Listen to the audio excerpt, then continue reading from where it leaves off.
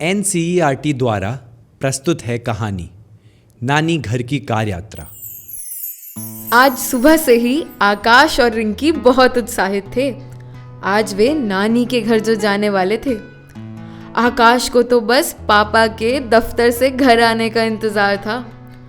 शाम होते ही रमेश बाबू दफ्तर से लौट आए। जल्दी ही नानी के घर जाने के लिए टैक्सी बुक कर ली गई। रिंकी ने माँ के साथ सारा सामान टैक्सी में रखवाया।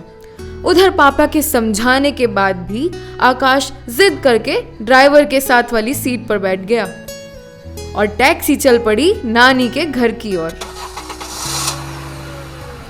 गाड़ी घर से थोड़ी दूर पहुंची तो रिंकी ने देखा कि आकाश और ड्राइवर अंकल दोनों ने ही सीट बेल्ट नहीं लगाई थी। आकाश, तुम्हें सीट बेल्ट लगा लेनी चाहिए। पता है, हाईवे आने पर लगा लूंगा। अंकल, आपको भी तो गाड़ी चलाते समय सीट बेल्ट लगानी चाहिए। ड्राइवर ने रिंकी की बात को अनसुना सा कर दिया। तभी रिंकी की नजर गाड़ी के साइड मिरर पर गई। अंकल, आप इस टूटे हुए शीशे में पीछे से आती हुई गाड़ियों को कैसे देखेंगे? मैं बहुत सालों से गाड़ी चला रहा हूँ, मुझे इस शीशे की जरूरत नहीं है। पापा, ये अंकल इतनी लापरवाही से गाड़ी चला रहे हैं। हम नानी के घर सुरक्षित तो पहुंच जाएंगे ना? तुम चिंता मत करो रिंकी, सब ठीक है। अब गाड़ी हाईवे पर आ गई थी। आकाश ने अभी तक सीट बेल्ट नहीं लगाई थी। उसका तो सारा ध्यान सड़क पर आती जाती दूसरी गाड़ियों पर था।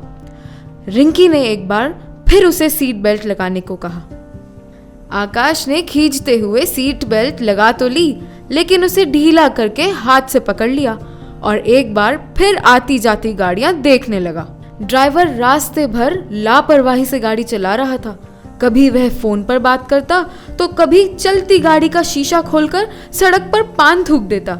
रमेश बाबू भी उसके गैर जिम्मेदाराना बर्ताव से परेशान हो गए थे। सुनो, आगे सड़क तंग है, जरा संभल कर और धीरे गाड़ी चलाना। रमेश बाबू के इतना कहने की ही देर थी और गाड़ी सामने से आ रही एक मोटरसाइकिल से टकरा गई। अरे देखो वहाँ एक्सीडेंट हो गया। भाई कोई एम्बुलेंस बुलाओ। भाई देखो बच्चों को भी चोट लग गई। दुर्घटना होते ही सड़क पर लोग जमा हो गए। भीड़ में से किसी ने एम्बुलेंस को भी बुला लिया। सीट बेल्ट ठीक से ना लगाने के कारण आकाश को भी चोट आई। उधर मोटरसाइकिल सवार भी ड्राइवर से हर्जाना मांगने लगा। देखो, तुम्हारी लापरवाही की वजह से क्या हो गया। माफ कर दीजिए सर, मुझसे गलती हो गई, मैंने ध्यान नहीं दिया। रिंकी खुश थी कि कोई बड़ी दुर्घटना नहीं हुई थी और किसी को गहरी चोट नहीं आई थी। उसने मन ही मन तय कर लिया था कि बड़ी होकर जब वह गाड़ी चलाना सीखेगी तो यातायात के सभी नियमों का पालन जरूर करेगी।